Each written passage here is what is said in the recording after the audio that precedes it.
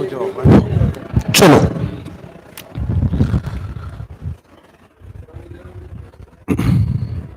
9:05 में सारा कर देना, ठीक। पेंसिल कहीं नहीं, जो फोन रखो।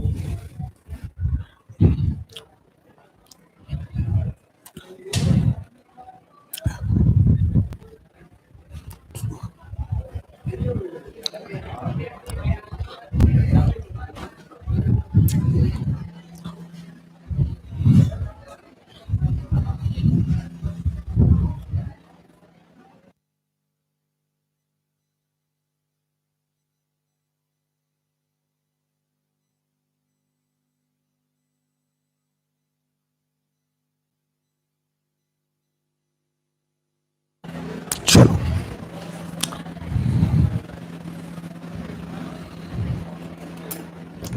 चलो, गुड मॉर्निंग, जय हिंद। आज से हम एक नया चैप्टर चालू करना है, मुगल काल। हाँ है ना। और ये मुगल काल वो एक मध्य इतिहास का वो हिस्सा है जहां से ये समाप्त होगा और नव इतिहास यानी कि अंग्रेजों वाला इतिहास चालू होगा। क्लियर है। और अच्छा, यहां पर सबसे इंपॉर्टेंट युद्ध हुए हैं जिनमें तारीख इंपॉर्टेंट है। अच्छा, इसके पहले हम आपको बता चुके हैं कि मुगल बादशाह में सबसे पहले आया है बाबर। कौन आया है? और बाबर ने भारत पर 5 बार आक्रमण किया है और 5वां आक्रमण इसका सफल हो गया है और वो था पानीपत का। नहीं बढ़ाया है? बढ़ाया है? ये नहीं बढ़ाया है। दिल्ली पर कब्जा किसका था? इब्राहिम लोदी का। किसका? और इसके कुछ सूबेदार और उसके किस रिश्तेदार इसको अपदस्थ करने के लिए इन्होंने किसको बुलाया? किसको? और बाबर अंततः इस युद्ध में जीत गया। क्लियर है? चलिए अब देखें, बाबर जो हैं, जो मुगल लोग हैं, वो अपने आप, ये तुर्की नहीं है, तुर्की में बादशाह को कहा जाता था सुल्तान। क्या कहा जाता था? ओके। और जितने अभी तक दिल्ली सल्तनत में हमने सुल्तान सुने हैं, वो सारे के सारे खलीफा से ऑर्डर लेते थे कि हमें आप सुल्तान बनने की अनुमति दें। लेकिन अब जो प्रोसेस आने वाली है, अब जो परंपरा आने वाली है, वो है बादशाह वाली। और ये इस बात पर निर्भर नहीं है, अतः अपने आप को सुल्तान न कहकर क्या कह रहे हैं? बादशाह। क्या कह रहे हैं? और इसके पहले कहते थे पादशाह। सुन रहे हो? नहीं आ रही भाषा में? और इसके पहले भी ये लिखते थे मिर्जा। क्या? क्लियर है? तो जब इनने भारत का युद्ध नहीं जीता था तब अपने आप को मिर्जा लिखते थे, जब भारत का युद्ध जीता तो बादशाह, और जब भारत के सम्राट बन गए तो बादशाह। ओके? कोई डाउट? देखे, ये बहुत बड़ा चैप्टर है, बहुत आराम से आपको समझना है। क्लियर है? अब यहां देखें, पहले हम आपको बुंदेलखंडी में थोड़ा सा बता दें कि दिल्ली सल्तनत में यहां पर आ गया है बाबर। कौन आ गया है? अरे क्लियर है? और इसने दिल्ली सल्तनत को कब्जा कर लिया है, इब्राहिम लोदी को हरा दिया है, इब्राहिम लोदी पराजित हो गया है। पक्का? अच्छा, बाबर ने एक निर्णय और लिया जो बाद में गलत सिद्ध हुआ, क्योंकि दिल्ली सल्तनत में सबसे ज्यादा युद्ध हो रहे थे अपनों के बीच। भाई भाई का कत्ल कर रहा था, काहे के लिए? सल्तनत के लिए। हाँ है ना। अतः बाबर ने अपनी संतानों को निर्देश दिए, इसकी प्रमुख 4 संतानें थी। हुमायूं, सुन रहे हो? हिंदाल, असगर, ठीक है, और कामरान, सुन रहे हो? इनमें प्रमुख सबसे बड़ा लड़का था जिसका नाम था हुमायूं। हुमायूं ने अपने पिता के कहने के अनुसार अपने 4 भाई, स्वयं समेत 4 भाई, सुन रहे हो? 4 भाइयों में सारे जो जितना जीता हुआ प्रदेश था उसको बराबर बराबर भागों में बांट दिया। लेकिन फिर वही बात, राजनीतिक दृष्टि से यह सही नहीं था। भले ही ये पारिवारिक दृष्टि से सही हो, धार्मिक दृष्टि से सही हो, लेकिन राजनीतिक दृष्टि से ये सही नहीं था। कारण क्या था? देखें, जब इसके 4 पुत्रों ने, खासतौर पर बड़ा भाई कौन था? है ना, और इसने अपने बाकी के 3 भाइयों में बराबर बराबर हिस्सेदारी कर दी, तो सबसे पहली बात तो ये राजा हो गए कमजोर, छोटे छोटे राजा हो गए। पहली कमजोरी कि इनके पास धन संपत्ति, सेना कैसी हो गई? छोटी। और दूसरी बात, जो सल्तनत पाने की जो भूख थी वो अदर भाइयों में कम नहीं हुई, अतः वो भाई एक दूसरे पर आक्रमण करने लगे उसका राज्य छुड़ाने के लिए। यानी ये जो प्लानिंग थी पूरी तरीके से फेल हो गई, है ना। अतः हुमायूं एक तौर पर तो कमजोर हो गया, दूसरी ओर से अपने ही भाइयों से लड़ना पड़ा, है ना। और तीसरी ओर इसी समय एक अफगानी राजा बीच में एंट्री कर गया जिसका नाम था शेर शाह सूरी। कौन था? अरे क्लियर है? और इस शेर शाह सूरी ने डायरेक्ट टक्कर किसे दे दी? फिर वही बात, हुमायूं एक तरफ अपने परिवार से लड़ रहा था, एक तरफ राज्य और सेना छोटी हो चुकी थी, एक तरफ इसके भाई इसके विरोधी हो रहे थे, और इसी बीच है ना शेर शाह सूरी से लगातार इसके 4 युद्ध हुए, है ना। और अंततः इसे पराजित होकर के अपनी जान बचा करके भागना पड़ा। और ये कहां भागा? जहां से इसके बाप दादा आए थे। सुन रहे हो? ये काबुल साइड भाग गया और ये अपना जीवन वहां पर निर्वासित जीवन जीने लगा। इसी दौरान इसकी किस्मत चमकी और 2 चीजें हुई। एक, इसी निर्वासित जीवन में भागते हुए इसके यहां एक पुत्र पैदा हुआ जिसका नाम रखा गया अकबर। ओके, हुमायूं की बात कर रहे हैं? अरे क्लियर है? और एक इसे बहुत अच्छा सेनापति मिला जो इसका बहुत वफादार था। अकबर का संरक्षक कौन बना था? बैरम था। कौन? बैरम था। तो इसे एक बहुत अच्छा सलाहकार मिल गया और बहुत वफादार था। कौन था? हाँ ना। अब इसने बैरम खां की सलाह की दम पर पुनः काबुल जीता। क्या जीता? हाँ ना, काबुल जीता। और काबुल जीतने के बाद एक बार दोबारा से भारत पर आक्रमण करना शुरू किया। क्लियर है? अब भारत पर आक्रमण करना शुरू किया, लेकिन अब भारत दिल्ली पर शेर शाह सूरी, और शेर शाह सूरी की मृत्यु के बाद उसका खानदान कहां बढ़ रहा है? हाँ या ना। और इसी दौरान हुमायूं की भी क्या हो गई? मृत्यु। हाँ या ना। और दिल्ली पर कौन बैठा? अभी दिल्ली पर नहीं, क्योंकि दिल्ली पर कब्जा किसका है? शेर शाह। ओके, लेकिन काबुल वगैरह ये जो एरिया था जो उसके पिता यानी हुमायूं ने जीता था, इसके गद्दी पर कौन बैठ गया? अकबर। कौन बैठ गया? पक्का? अब अकबर के जो सलाहकार जो उसके सूबेदार थे, उन्होंने सलाह दी कि तुम बहुत कमजोर हो, शेर शाह सूरी बहुत ताकतवर है, तुम यहां से चले जाओ और वापस काबुल लौट जाओ। उस समय अकबर बहुत छोटा था, सारे निर्णय कौन ले रहा था? कौन? बैरम खां एक बहुत अच्छा सेनापति था, जानता था कि अगर एक भी डरपोक शामिल रहा तो हम युद्ध कभी। अतः एक का इसने तुरंत कत्ल कर दिया, जिसने कहा कि तुम वापस लौट जाओ, तुम कमजोर, उसने तुरंत कत्ल कर दिया। इस बात से कत्ल कर दिया कि तुम जैसे डरपोक अगर साथ में रहेंगे तो कल ही हम भारत को जीत। राजनीतिक दृष्टि से ठीक था, सेना का नियम है जो भागे गोली मारो। समझ में आ रही है आप?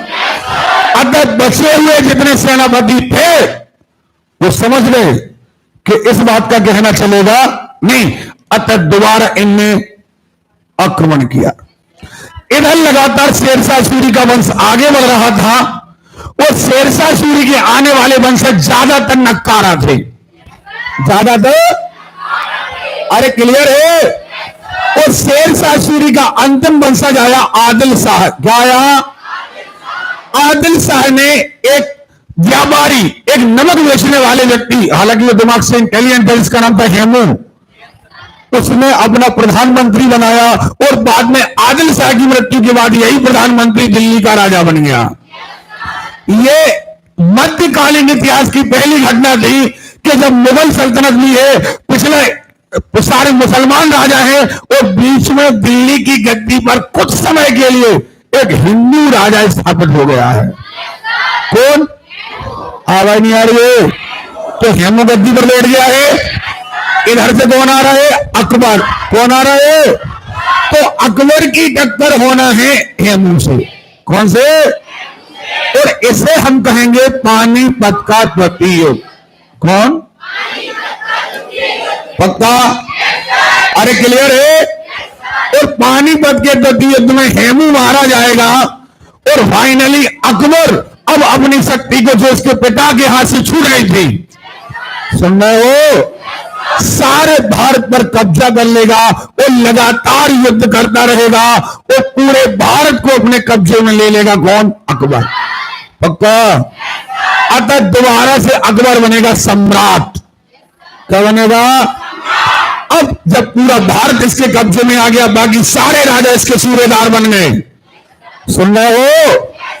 तो अब यहां से फिर वही बात, जब सम्राट बन गया, खतरा कम हो गया, पैसा ज्यादा हो गया, तो अब निर्माण होंगे।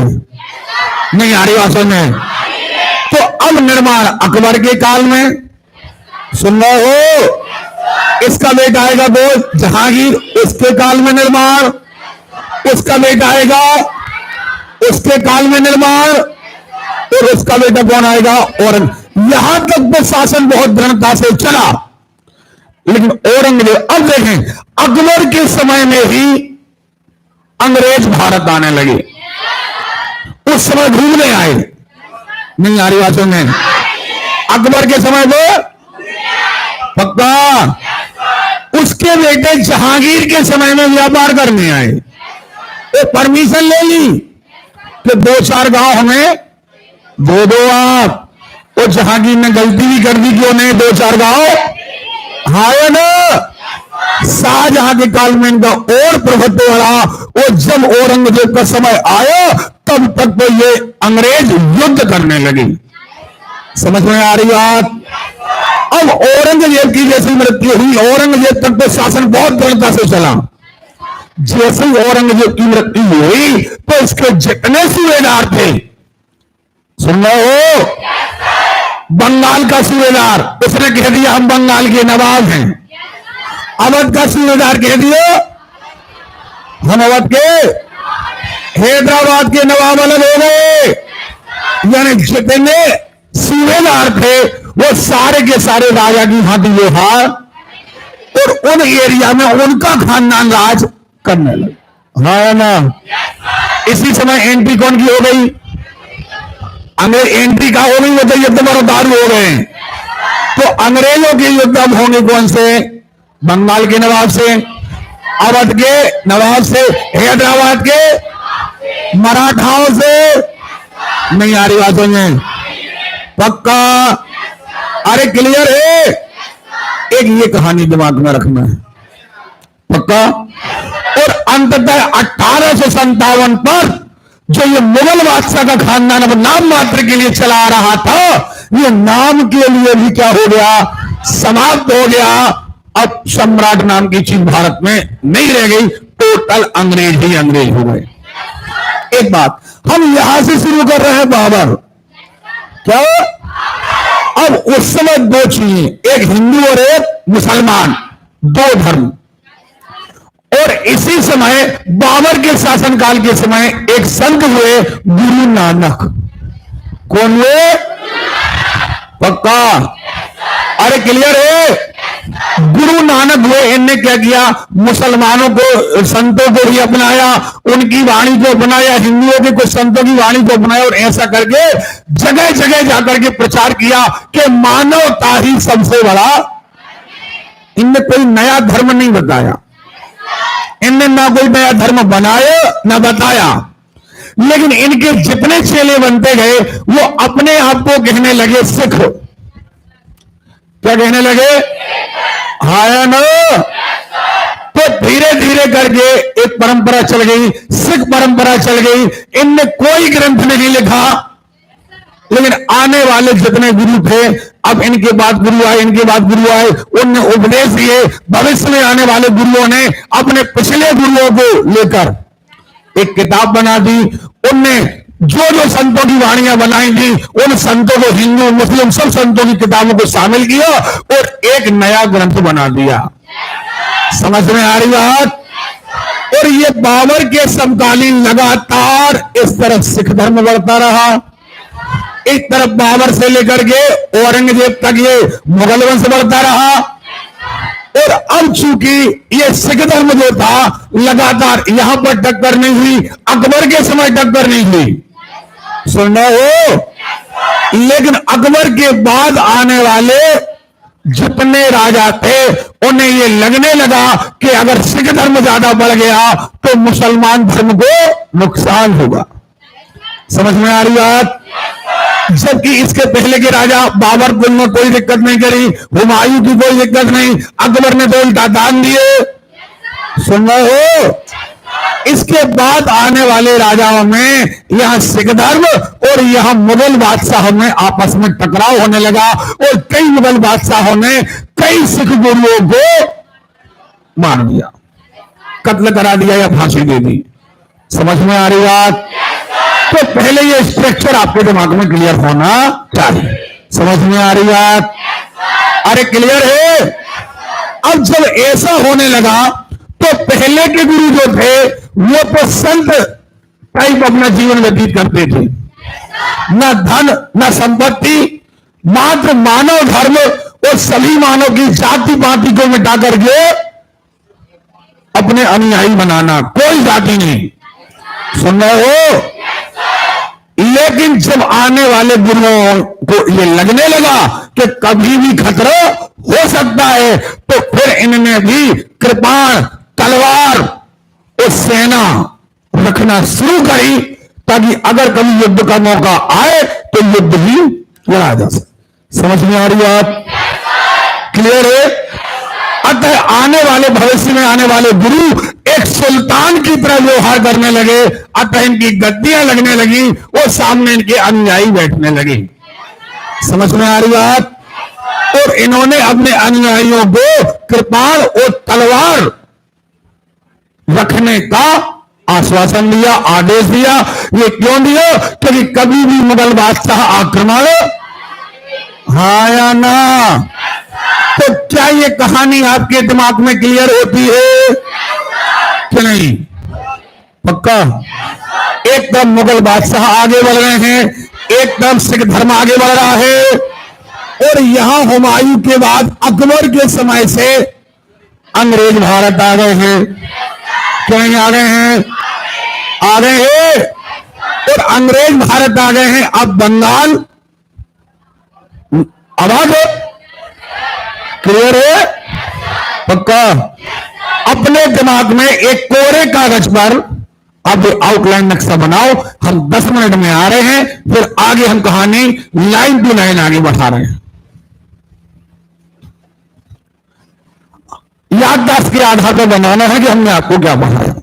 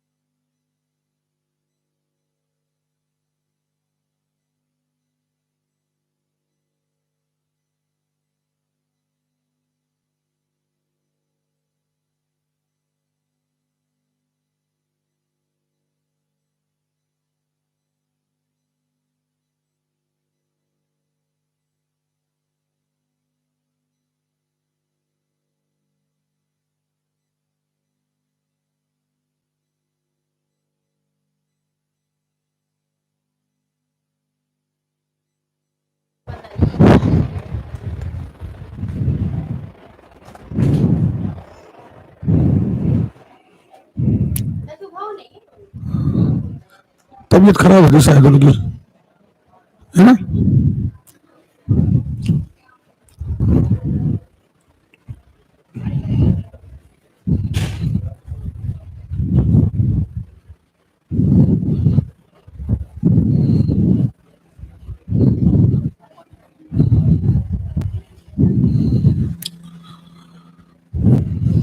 किया आपने स्ट्रक्चर बनाया, क्या स्ट्रक्चर बना आपका? बाबर से लेकर के आप औरंगजेब की बात में और भी आएंगे, लेकिन प्रमुख शासन कहां तक रहेगा? क्लियर है। अब पैरेलल उसी समय चल रहा होगा सिख धर्म, क्या क्लियर है? तो सेम उसी टाइम हम बात, भले इन चीजों को हम बाद में पढ़ें, लेकिन अंग्रेजों का आना जो है वो अकबर के समय से शुरू हो जाएगा। अकबर के समय से शुरू होगा, जहांगीर के समय परमिशन लेंगे, सुन रहे हो? और आने वाले समय में इनकी कंपनियां स्थापित हो जाएंगी। अब केवल अंग्रेज नहीं आएंगे, सुन रहे हो? पुर्तगाली आएंगे, फ्रांसीसी आएंगे, डच आएंगे, स्पेनिश आएंगे। ये बात अलग है कि फाइनली सक्सेस कौन हो जाएंगे? कौन? तो यहां पर एक बात और ध्यान देने वाली है कि अंग्रेजों के युद्ध केवल और केवल भारतीयों से नहीं, एक तरफ उनकी युद्ध फ्रांसीसियों से होंगे, एक तरफ पुर्तगालियों से होंगे। नहीं आ रही बात समझ? अब यहां पर दिमाग में एक बात और रखने वाली है कि जब अंग्रेज आएंगे तो पहले आएंगे मिलने की दृष्टि से, तो राजदूत आएंगे। तो प्रश्न आएगा कि पहला राजदूत कौन आया? नहीं आ रही बात समझ? फिर एक अगला प्रश्न आता है कि ईस्ट इंडिया कंपनी की ओर से कौन आया पहला आदमी? नहीं आ रही बात समझ? अब प्रश्न यह भी आता है कि पुर्तगालियों ने अपनी पहली कोठी कहां खोली? डच लोगों ने अपनी पहली कोठी, अंग्रेजों ने अपनी पहली कोठी कहां खोली? तो जितने प्रकार के लोग आए हैं, डच आए हैं, फ्रांसीसी आए हैं, पुर्तगाली आए हैं, अंग्रेज आए हैं, इन सबकी अपनी अपनी पहली कोठियां कहां खोली? एक बात पहले हमें स्ट्रक्चर क्लियर होना चाहिए कि पढ़ना क्या है। फिर अंग्रेज फ्रांसीसी युद्ध, अंग्रेज पुर्तगाली युद्ध, हाँ या ना? अंग्रेज का मराठाओं से युद्ध, अंग्रेज का बंगाल के नवाब से युद्ध, और इन सब युद्धों के बाद जीतने के बाद अंग्रेज स्थापित हो जाएंगे। तो क्या आपके दिमाग में एक आउटलाइन नक्शा तैयार हो गया है?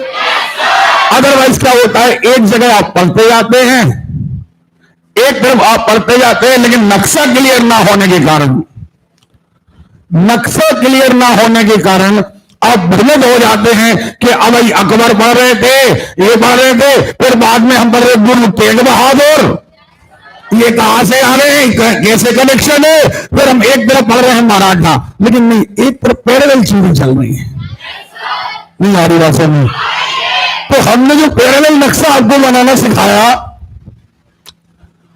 हमने कहा बाबर, हाँ ना के बाद, हाँ ना के बाद, क्या के बाद, हाँ ना के बाद, के बाद, पक्का। और इस औरंगजेब के बाद, इस औरंगजेब के बाद अब आपके जो सत्ताधारी हैं वो अलग अलग, यहां बंगाल के नवाब, बंगाल के, अवध के, हैदराबाद के, मराठा, क्या कहो? पक्का। अब मराठाओं में भी क्या होगा? मराठाओं में पहले चलेगा रजवाड़ा, और बाद में ये अपने प्रधानमंत्री बना लेंगे, तो मराठी भाषा में प्रधानमंत्री पेशवा, क्या जोरदार आवाज, ओके। बाद में वही होगा जैसा बाराम शाह के समय हुआ। क्या हुआ? उसने क्या बना दिया पद? मलिक ए नायाब। तो मलिक ए नायाब ज्यादा जोरदार हो गया, ऐसे यहां पर होगा मराठाओं में कि पेशवा बनाए जाएंगे काय के लिए, प्रधानमंत्री के लिए, बाद में पेशवा हो जाएंगे जोरदार, तो मराठा राजा रह जाएगा नाम का। नहीं आ रही बात में? अब ये सब कब के समय होगा? औरंगजेब के समय। कब? औरंगजेब के समय। एक समय हम मराठा पढ़ेंगे, एक तरफ चल रहा होगा मराठा, एक तरफ चल रहे होंगे सिख, एक तरफ चल रहे होंगे अंग्रेज, और एक तरफ चल रहा होगा मुगल वंश। समझ में आ रही बात? नहीं आ रही बात? में आ रही है। अब फाइनली यहां से अंग्रेज आ चुके हैं, क्लियर है? अब अंग्रेजों का युद्ध बंगाल के नवाब से, अवध के नवाब से, मराठाओं से, सुन रहे हो?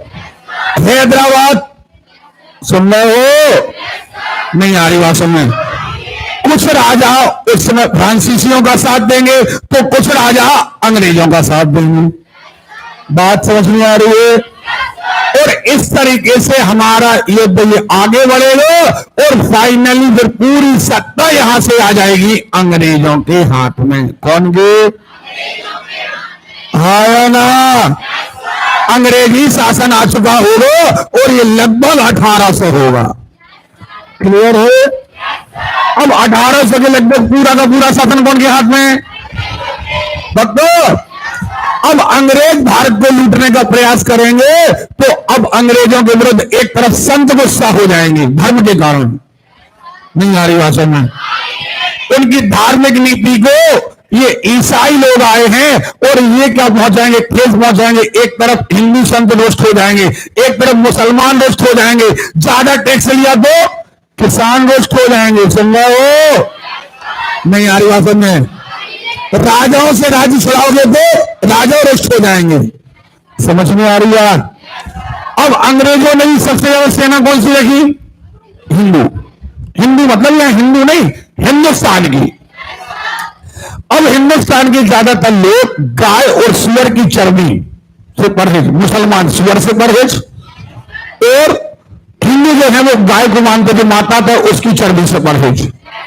और अंग्रेजों ने क्या किया कि जितने हथियार बनाए, बम बनाए, उनके ऊपर कवर चला दिया। अब प्रश्न ये उठता है कि आखिर इसकी जरूरत क्या थी? जरूरत यह थी कि अंग्रेजों को लगातार युद्ध करना था, और जो हथियार बन रहे थे इनकी पैकिंग करने में समय लगता था। लेकिन अगर सुअर और गाय की चर्बी चढ़ाई जाए तो ये पर्याप्त मात्रा में उपलब्ध थी, और इसे चढ़ाना आसान था। जल्दी हथियार तैयार। सुन रहे हो? अतः वो सैनिक, अब सुने जरा कहानी, मुद्दे की बात बढ़ाएं।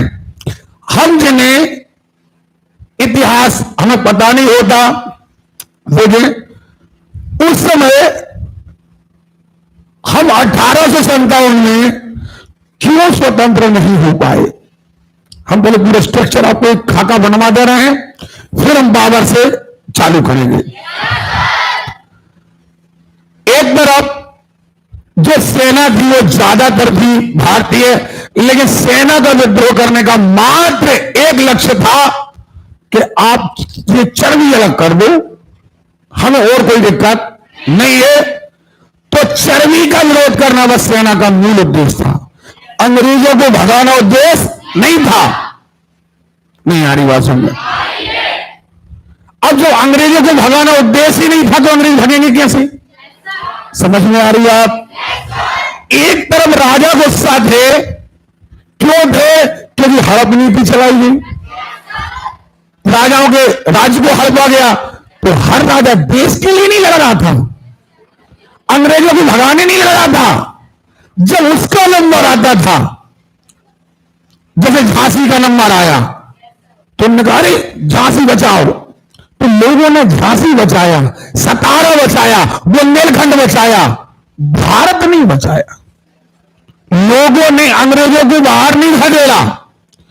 तो मूल क्या था कि लोग अपने अपने स्वार्थ में लगे थे।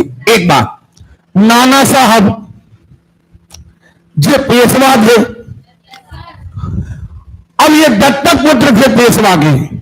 अब अंग्रेजों ने वचन दिया था कि हम इन्हें पेंशन देंगे, जो रजवाड़ा छोड़ दें, हम इन्हें क्या देंगे? पेंशन। लेकिन अंग्रेजों ने इन्हें पेंशन देना क्या कर दिया। तो इनका मूल उद्देश्य था कि हमें पेंशन मिलने लगे। बुरा नहीं मानना मेरी बात का, इतिहास कठिन बनाएंगे, वो बनाएंगे है दर्ज। समझ में आ रही बात। किसान थे, किसान लड़ रहे थे टैक्स के लिए। सबका उद्देश्य अलग अलग था, सुन रहे हो। इन्हीं में से कई भारतीय अंग्रेजों के समर्थक थे। अब जैसे जमींदार, जमींदारों को अंग्रेजों से बहुत फायदा था। अतः जमींदार और साहूकार ये कभी नहीं चाहते थे कि अंग्रेज भारत से जाएं। अतः इतना ग्रुप लड़ने में लगा था और साहूकार और जमींदार साथ देने में लगे थे। कौन का? कौन का? अंग्रेज जाएंगे जागीर चली जाएगी, अंग्रेज जाएंगे हमारी मालगुजारी चली जाएगी, अंग्रेज जाएंगे हमारी साहूकारी चली जाएगी। अतः ये कभी ना जा पाए। समझ में आ रही है आप। तो अब इनका उद्देश्य भी एक ना था। तो अब अंग्रेजों ने दबाव डाला तो जे नाराज हो गए। सुन रहे हो। अब जब इनका कत्लेआम किया गया, नरसंहार किया गया, आप लोगों को वो किताबें मिल नहीं पाती हैं जो 1857 का विद्रोह आपको बता सके, क्योंकि उस समय शासन किनका था? अंग्रेजों। लेखक कौन के थे? अंग्रेजों के। याद रखना, जितना इतिहास में हम मोहम्मद बिन कासिम, नादिर शाह का पढ़ते हैं, इससे कहीं भयानक 1857 का युद्ध था। इससे ज्यादा भयानक। यहां पर अंग्रेज और भारतीय दो गुट बन गए थे। जहां भारतीयों को अंग्रेज मिलते, गाजर मूली की तरह काट दिया जाता। ये पता नहीं किया जाता कि ये कैसा आदमी, अच्छा है या बुरा है। बच्चों को, स्त्रियों को। और यही काम कौन ने किया? अंग्रेज। कौन ने? यानी दुनिया में अगर भारत के इतिहास में पूछा जाए तो सबसे भीभत्स, जिसमें दया की कोई जगह नहीं थी, सबसे खतरनाक युद्ध रहा। लेकिन आप लोगों तक ये बात इसलिए नहीं पहुंच पाती है क्योंकि किताबें लिखने वाले उस समय अंग्रेजों के लोग थे, तो उनने अपनी बातें छुपा ली। समझ में आ रही बात। और यही कारण था कि वो गुस्सा जो भरा था 1857 का, अंग्रेजों के मन में भी भरा था और है, क्योंकि बाप दादा तो दोनों के मारे गए थे। तो एक तरफ जो अंग्रेजों के जनरल लोग आते, वो लगातार और ज्यादा चैनल तेज करते जाते, लगातार भारतीयों के प्रति घृणा करते जाते। और भारतीयों को भी घृणा कौन से हो गई? इसलिए जब 19वीं सदी लगी तो मेन जो अंग्रेजों का केंद्र था वो था बंगाल। क्या था? अतः सबसे ज्यादा क्रांतिकारी कहां हुए? बंगाल के लोगों में इतनी ज्यादा क्रांति जग गई कि नए नए लड़के, 17-16 साल के लड़के, 14 साल के लड़के, उन्हें जो कहानियां सुनने मिली कि अंग्रेजों ने हमारे पुरखों के साथ ऐसा किया है, इनने सुन बांध ली कि बम बनाओ और सीधा कलेक्टर पे पटको, न्यायाधीश पे पटको, एसपी आए तो सीधा एसपी को गोली मारो। इतना उन्हें ये डर नहीं रह गया मन में, एक दूसरे के प्रति इतनी ज्यादा नफरत हो गई कि हमारा अंजाम क्या होगा? फांसी होगी, हमें इससे लेना देना, हमें बदला लेना है। अतः क्रांति का मूल जो जड़ बनी वो बनी बंगाल। क्या बनी? हाँ या ना? और बंगाल से क्रांति होते हुए कहां फैल गई? पूरे भारत में फैल गई। समझ में आ रही बात? अरे क्लियर है। और अब जो भारत पर अंग्रेज शासन कर रहे थे, वो शासन कर रहे थे भारतीय सैनिकों की दम पर। कौन की दम पर? क्लियर है। सो यहां पर एक सेना गठित हो गई भारत की, आजाद हिंद फौज। क्या हो गई? अब जैसे ही आजाद हिंद फौज का गठन हुआ, अंग्रेजों के पैर में खड़ाने लगे। क्यों? क्योंकि सेना ज्यादा कौन थी? भारतीय जाग गए कि हमें इनकी गुलामी। चारों तरफ सेना पलटने लगी और आजाद हिंद फौज ने घेरा डाल दिया, पूरे भारत को घेर लिया और अंग्रेजों को लगने लगा कि अब भारत पर शासन करना संभव जी, हमें रगड़े भगाएं, उसके पहले कह दो कि हमने आजाद किया। नहीं आ रही बात समझ? तो जो मूल था, वो मूल दो तरीके से भारत आजाद हुआ। एक, द्वितीय विश्व युद्ध के बाद, दूसरा अगला कोई विश्व युद्ध ना हो। अतः बड़े बड़े देशों ने दबाव डाला ब्रिटेन पर कि हर देश को क्या करो, आजाद, इतना बड़ा नुकसान हम नहीं सहेंगे। कल के दिन अगर भारत या और भी देश फिर आक्रमण कर दें तो आप पहले आजाद करो, पहला। दूसरा, भारत इतना ज्यादा उग्र हो गया था कि अंग्रेजों को लगने लगा था कि अब शासन करना संभव, अदरवाइज मारे जाएंगे। सुन रहे हो? और इस तरीके से भारत को आजादी मिली। ठीक है? अब यहां पर जो आपको और सुनने मिलेगा, भारत छोड़ो आंदोलन, और सुनने मिलेगा असहयोग आंदोलन, और भी कई चीजें आपको सुनने मिलेंगी। लेकिन ये इस तरीके से नहीं कि एक तरफ चैनल तेज किया जाता, जैसे ही अंग्रेजों की स्थिति खराब होने पर आती वापस ले लिया जाता। और इससे भारत की दुर्दशा और बिगड़ने लगी, बहुत ज्यादा बिगड़ने लगी। समझ में आ रही है? तो ये सारी चीजें आपको अब बताइए, बाबर से लेकर के 1947 तक एक आउटलाइन नक्शा आपके दिमाग में तैयार हुआ है कि नहीं हुआ है? अब पहले हम पढ़ा रहे हैं बाबर से लेकर के लास्ट तक, फिर से शुरुआत करेंगे हम सिख धर्म के बारे में। लेकिन फिर आपको याद रखना है कि सिख हम कहां पहुंच गए? वापस बाबर के साथ। हाँ या ना? फिर हम बनेंगे मराठा, नहीं आ रहा सुनने। फिर हम बनेंगे नए नए राजवंश यानी बंगाल के नवाब। सुन रहे हो? आपको समझ जाना है कि हम औरंगजेब के बात की बात करें। कितने लोग कहते हैं सर बिल्कुल स्पष्ट हो गया है कि हमें पढ़ना कैसे है। देखिए, पढ़ना मैटर अलग है, पढ़ना कैसे है ये मैटर अलग है। समझ में आ रही है आप? अब ये जो हमने आपको 1 घंटा आधा घंटा जितना भी आपका भी समझा है, कुछ नहीं। अगर कोई कहे क्लास में क्या पढ़ाया गया तो आंसर आएगा कुछ नहीं। लेकिन सच ये है कि हमने सब कुछ पढ़ा दिया। हाँ या ना? क्यों? क्योंकि जो कहानियां क्लियर नहीं हो पा रही थी वो अब क्लियर है कि होगा कैसे। ओके, चलिए शुरुआत करते हैं।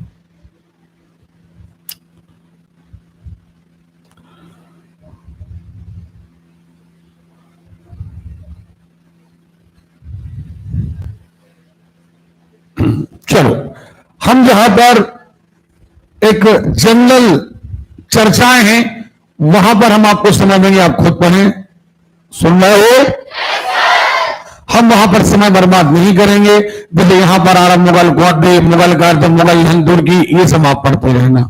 मुद्दे की बात पर आते हैं। तैमूर वंश मुगल तुर्की एवं सुन्नी थे। इसका संस्थापक कौन है? अब ये बताते जाइएगा कि सर यहां पर हमें पता नहीं था, आपने ये नहीं बताया। लेकिन पूरी कहानी के दौरान आपको बता दे रहे हैं कि सारी कहानी बिल्कुल क्लियर पड़ेगी।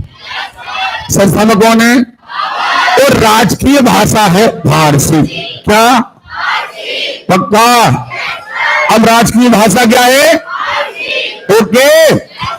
अतः ज्यादातर ग्रंथ फारसी में लिखे जाएंगे। क्या में? ओके। अब आने वाले समय में महाभारत का, गीता का, रामायण का फारसी में अनुवाद होगा। क्या में होगा? अरे क्लियर है? अच्छा, एक पुराणों से याद है, एक पुराण का ट्रांसलेशन करने अलबरू नहीं मिला था उनको, नहीं मिला था। ओके, यहां देखिए, अब शासक को बादशाह कहा जाने लगा और अब यहां से राजधानी जाएगी आगरा। कहां जाएगी? सुन रहे हो? ध्यान रखना, कुतुबुद्दीन ऐबक के समय लाहौर, इल्तुतमिश से आ गई दिल्ली, हाँ ना, और इब्राहिम लोदी तक चलेगी दिल्ली, नहीं चलेगी, ओके। और इब्राहिम लोदी के बाद अब कौन आ गया है? कौन? और इब्राहिम लोदी के पहले ही सिकंदर लोदी ने आगरा शहर बसाया है, क्या नहीं बसाया है? तो उसने अपनी राजधानी सिकंदराबाद यानी आगरा ले गया है, लेकिन अभी भी सत्ता का केंद्र दिल्ली बना हुआ है। सत्ता का केंद्र क्या बना? ओके। बाबर कहां बनाएगा? आगरा। देखे, मुगल साम्राज्य 1526 से, जहरुद्दीन मोहम्मद बाबर 1526, पक्का। बाग लगाने का शौकीन था, अतः इसने एक बाग बनाया था, आराम बाग। क्या आवाज नहीं आ रही है? एक्चुअली ये काबुल का राजा था। कहां का? आवाज नहीं आ रही है? पहले ये मिर्जा, फिर बादशाह, फिर बादशाह, ओके। जब ये भारत पर जीता तो ये अपनी प्रजा के पास गया। कहां? काबुल। कहां? इसने अपने जीत के उपलक्ष्य में सिक्के बंटवाए। क्या बंटवाए? अतः इसकी जनता ने इसे एक नई उपाधि दी, कलंदर। क्या उपाधि दी? कलंदर का मतलब होता है दयावान। क्या होता है? सुन रहे हो? अतः काबुल की जनता ने इसे क्या कहकर पुकारा? कलंदर, ओके। उदारता के कारण क्या कहा गया? यह सबसे कम आयु का बादशाह था। कितने वर्ष का? सोचो तुम, 11 वर्ष का आदमी और भारत का सम्राट बन रहा है, विदेश से आया है, और तुम 30 साल के होगे नादान हो। सोचो, भारत में 52 साल का आदमी युवा है और तुम 30 साल में बच्चा हो, नादान हो, तुम्हारी अक्ल की दाल नहीं आई, इसीलिए तुम दुनिया में पीछे हो। तो विदेशी आदमी देखो, सुन रहे हो? 11 साल में क्या बन गया? बादशाह बन गया है और दुनिया से युद्ध कर रहा है। तो जिस दिन ये समझ भारत को आ गई, सुन रहे हो? भारत के लोगों को वर्गलाना बड़ा आसान है, बहुत आसान। अभी देखो आप दमोह जैसे माहौल में, कल 3 तारीख थी ना, मूर्खों की मूर्खता की हद देखो आप। एक तरफ ब्राह्मण, एक तरफ लोधी। मुद्दा क्या बना है? एक लड़की का बलात्कार हुआ। एक बात बताओ, एक छोटी सी लड़की का बलात्कार हुआ, अरे लोधी हो, चाहे ब्राह्मण हो, चाहे अहिरवाल हो, चाहे पटेल हो, चाहे कोई हो, कोई इस कृत्य को गलत कहेगा या सही कहेगा? गलत कहेगा भाई, नहीं कहेगा? दुनिया उसे गलत कहेगी, लेकिन अब 2 खेमा बट गए। नहीं, बोले क्यों? क्योंकि बेटी हमारी जात की है, जबकि दुनिया में बेटियां सबकी होती हैं, भैया किसी एक जात की नहीं। तो भारत के लोगों पर चरवाहे राज कर गए। नहीं पढ़ा तुमने? इतिहास पढ़ा है? चरवाहे राज कर गए, लुटेरे राज कर गए, नहीं पढ़ा है? शक, पल्लव, कुषाण, हाँ ना। तो अब आप भले अपने आप में कहो कि हम विश्व गुरु है, अपने आप में कहा, हम क्या कहें? हम मध्य प्रदेश के गुरु हैं, कहने में कहा जा रहा भाई, कह दो। और अगर नहीं कह रहे तो तुम गद्दार हो। तुम गद्दार हो। क्यों गद्दार हो? क्योंकि तुम हमारे साथ धर्म नहीं मिला रहे, तुम गद्दार हो। लेकिन सच ये है कि तुम पे गैया चराने आए लोग, गधा चराने आए लोग, उन्हें तुम्हारे बॉस बनना है, उन्हें सिजदा और बाबोस करा लिया तुमसे। नहीं आ रही बातों में? उन्हें घुटनों पर टिका लिया तुम्हें और अपने पैर चुमवा लिए। ये तुम्हारा सच है। अब चाहे तुम इसको एक्सेप्ट करो या ना करो। और आज भी देखो, गजनी मोहम्मद बिन कासिम आया 700, चाहते तो समझ जाते। 1000 में आया गजनवी, अब भी समझ जाते। फिर कौन आया? आयो, अब भी समझ जाते, फिर बाबर आ गया, फिर भी समझ जाते, फिर आ गए अंग्रेज। सच बताओ, कभी संभले तुम? कभी संभले हो तो बताओ? जुलूस निकालने से और चिल्लाने से कि हम विश्व गुरु हैं, विश्व विजेता हैं, इससे कुछ नहीं होता। अभी दिवाली आएगी, बहुत फेसबुक चलेगी, चीन के दिए नहीं खरीदना है। आंदोलन में शामिल हो, चीन के दिए। अरे सुबह से तुम ब्रश जो करते हो और रात के सोने तक 70% से ज्यादा चीजें चीन से आती हैं। किस किस का विरोध करोगे?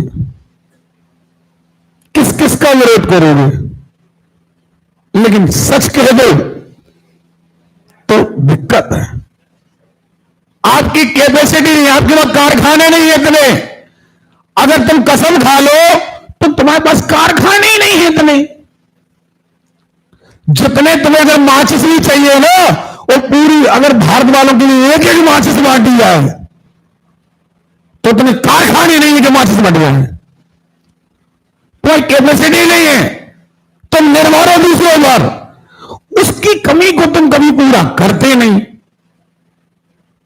उदाहरण उठा लो, दमोह जिला उदाहरण उठा लो आप।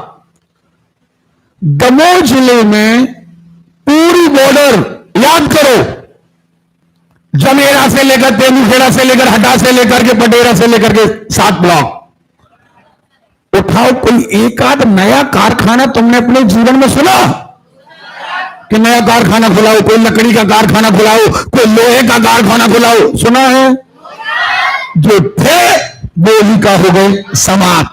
पहले थोड़े मोड़े बीड़ी कारखाने थे तो आदमी, गरीब आदमी, कसूर नहीं है तो 20-50 रुपया दिन की का बना लेते बीड़ी, वो भी खत्म। तो तुमने केवल खत्म करे हैं, तुमने पैदा नहीं करे। इस कारण से लगातार तुम दूसरे पर डिपेंड हो। अब ये आंकड़े चाहे तुम मानो या ना मानो, आपकी पॉलिसी ये है। वहां पर विदेशियों ने अपने दासों को इंटेलिजेंट बना दिया। सोचो, आप इतिहास पढ़ रहे हो ना? अरे तुर्की लोगों ने अपने दासों को इंटेलिजेंट बना दिया।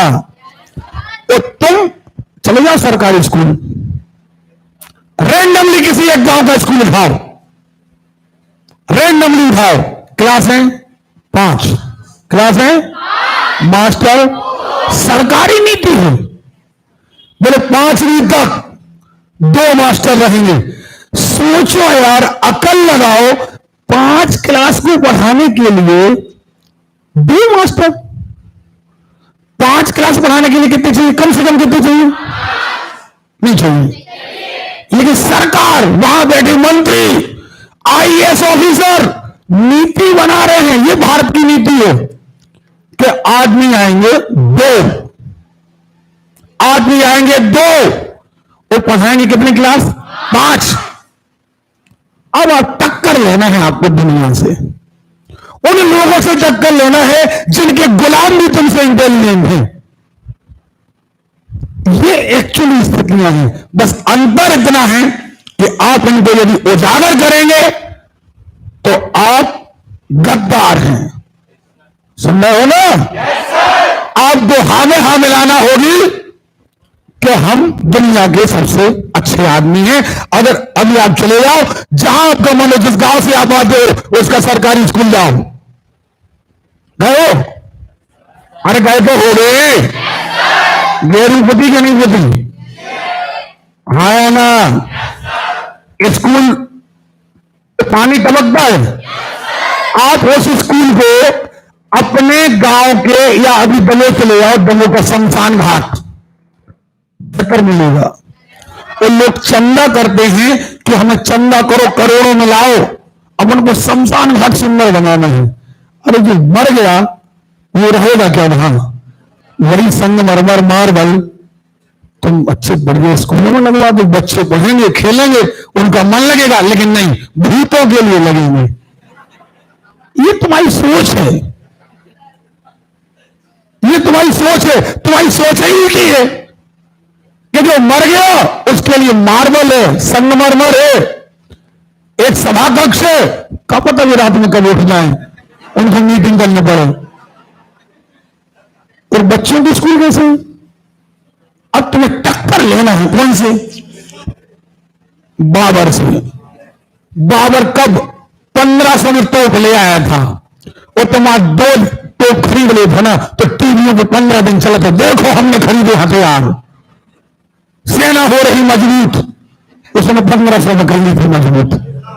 उसने बताया नहीं था, सीधा धमक आया था कि जो लोग गोला हो जाओ।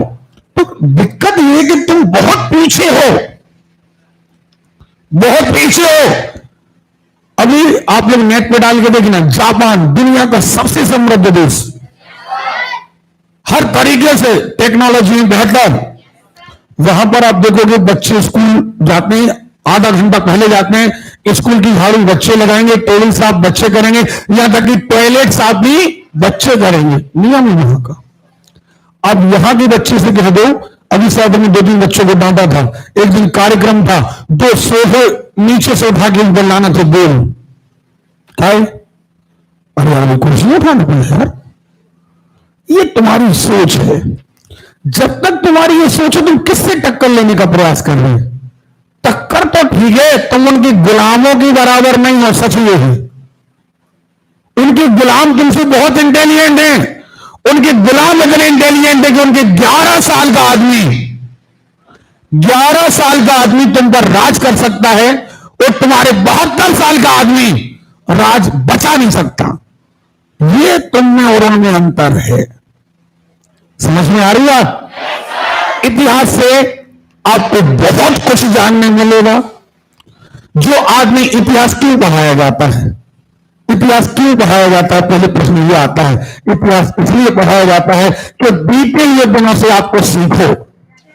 समझ में आ रही है? अरे सीखो कि गौरी क्यों घुस गया भारत में? क्योंकि राजपूत राजा एक नहीं थे, इसलिए घुस गया। अब तुम इतिहास पढ़ने के बाद भी आज, पहले तुम हिंदू मुस्लिम में बटे, हिंदू अलग मुस्लिम अलग, अब हिंदू भी उर्मी अलग, लोधी अलग, ब्राह्मण अलग। मतलब तुम इतिहास पढ़ने के बाद भी मूर्खता कर रहे हो कि नहीं कर रहे? क्या ईमानदारी बताओ, अभी तुमने इतिहास में पढ़ा कि जिन राजाओं ने धर्म को स्वतंत्र कर दिया, जो धर्म मानना हो मानो, उनका राज्य समृद्ध रहा कि नहीं रहा? राजा अशोक का समृद्ध रहा कि नहीं रहा? जिन राजाओं ने धर्म ला दो, वो ज्यादा राज्य नहीं कर पाए। पढ़ा ना आपने? और इसके बाद भी हम और तुम जैसे लोग इतिहास पढ़ने के बाद यदि नहीं समझ पाए, तो निश्चित तौर पर हमारे पढ़ने का कोई मतलब नहीं है। आप इस बात को पूरा करो, आपको पटवारी बनना है, एसआई बनना है, क्यों अकबर और बाबर पढ़ाया जा रहा?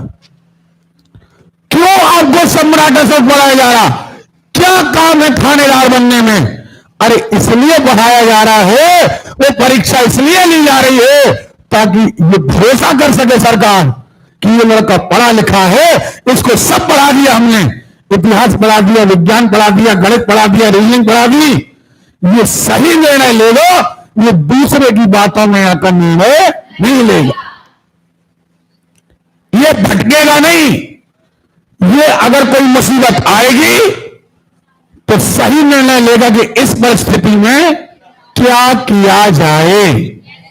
इसलिए आपका एग्जाम होता है। समझ में आ रही है? तो ये सारा लेक्चर देने का हमारा मतलब ये कि आप अपनी परीक्षा तो आपको निकालना है। साथ में जब आप गद्दी पर बैठे, कहेगी दिल्ली की नहीं, अपनी नौकरी की गद्दी पर, तो आप किसी की बातों में न लग करके स्वयं निर्णय लें। आपको ये पता होना, तो आप बार बार कहते हैं अरे यार अभी हमें अनुभव नहीं है, आप हमारी बात का बुरा मान जाते। कई बार मैंने कहा सवाल गलत क्या व्यवस्था, आपको बुरा लगता है, आप कहते हैं एक सवाल गलत दिया, बताओ सबने, तुम गलती कर रहे। 30 साल 25 साल का आदमी गलती कर रहा, और यहां सीख नहीं ले रहे तुम। 12 साल का आदमी सम्राट बन रहा है। आपको अपनी गलतियां दूर करना ही होंगी। समझ में आ रही है?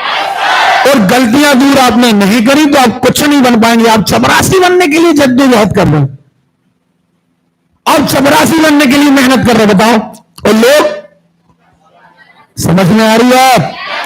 देखो सीखो। एक आदमी ने कहा कि भाग जाओ, कमजोर हो तुम। उन्होंने कहा अच्छा इसका गला काट दो।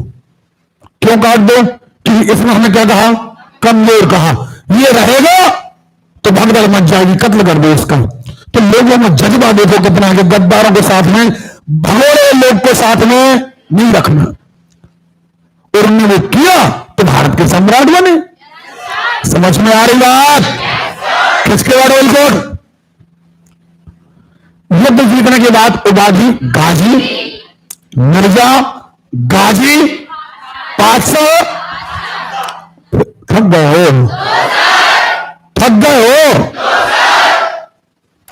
भारत में लगातार, सॉरी, भारत में लगातार 5वां आंकड़ा कौन सा था? डेट याद है क्या? 2100, 1500। ओके। मुगल साम्राज्य की स्थापना जलालुद्दीन बाबर ने की। बाबर की पानीपत के प्रथम युद्ध 21 अप्रैल 1500। हाँ ना, इब्राहिम लोधी को पराजित कर भारत में मुगल साम्राज्य की नींव डाली। बाबर का जन्म हुआ था 1483 फरगना। बाद में ये शेख मिर्जा, मिर्जा इनकी उपाधि थी। बाबर की मां का ये जंगल है। बाबर प्रतिपक्ष की ओर से तैमूर का और माता की ओर से चंगेज खान का। ये दादी की सहायता से ये फरगना का शासक बना। बाद में से क्या जीत लिया? ओके, नहीं आ रही बात, नहीं आ रही है। समझ देखो, 83 में जन्म, 83 में, 94 में शासक बन गया। और जब 1504 में पूरा काबुल जीत लिया उसने। समझ में आ रही बात? अरे क्लियर है? आगे बाबर ने 5 साल की उपाधि कब धारण की? ओके। बादशाह 5 साल से पहले बाबर ने मिर्जा की पैतृक उपाधि, देखो पहले उपाधि क्या थी? मिर्जा की त्याग दी। क्या बना? 5 साल। वो 5 साल के बाद क्या बनेगा? ओके। देखें, बाबर के भारत के विरुद्ध प्रथम अभियान 1519 ईस्वी में यूसुफ जाही जाति के विरुद्ध था। 1519 में, अब 1519 से प्रयास कर रहा है। तो भारत पर कितने आक्रमण किए? सुनाई नहीं दिया, लेकिन 5वां आक्रमण सफल था इसमें। लेकिन बाबर ने तोप खाने का प्रयोग, देखो जरा, 2-3 चीजें आएंगी। एक, पहला, भारत में पहली बार तोप कौन लाया? सुन रहे हो? देखें, बाबर ने 1526 में जब 5वीं बार भारत पर आक्रमण किया तो इसने तोप का इस्तेमाल किया। सुन रहे हो? ठीक है। पानीपत के प्रथम युद्ध में बाबर ने तुलगुमा, ये याद रखने भैया, भैया 2-3 युद्ध नीति, जैसे गोरेला युद्ध नीति ये शिवाजी की थी। सुन रहे हो? शिवाजी की युद्ध नीति का नाम क्या था? गोरेला। सुन रहे हो? लेकिन यहां पर बाबर ने कौन सी युद्ध नीति? तुलगुमा। कौन? आवाज नहीं आ रही है? नीति एवं तोप खानों के प्रयोग से जीता। और इसने तोप सजाने की कौन सी विधि? सुन रहे हो? समझ में आ रही बात? घेरा कैसे डाला जाए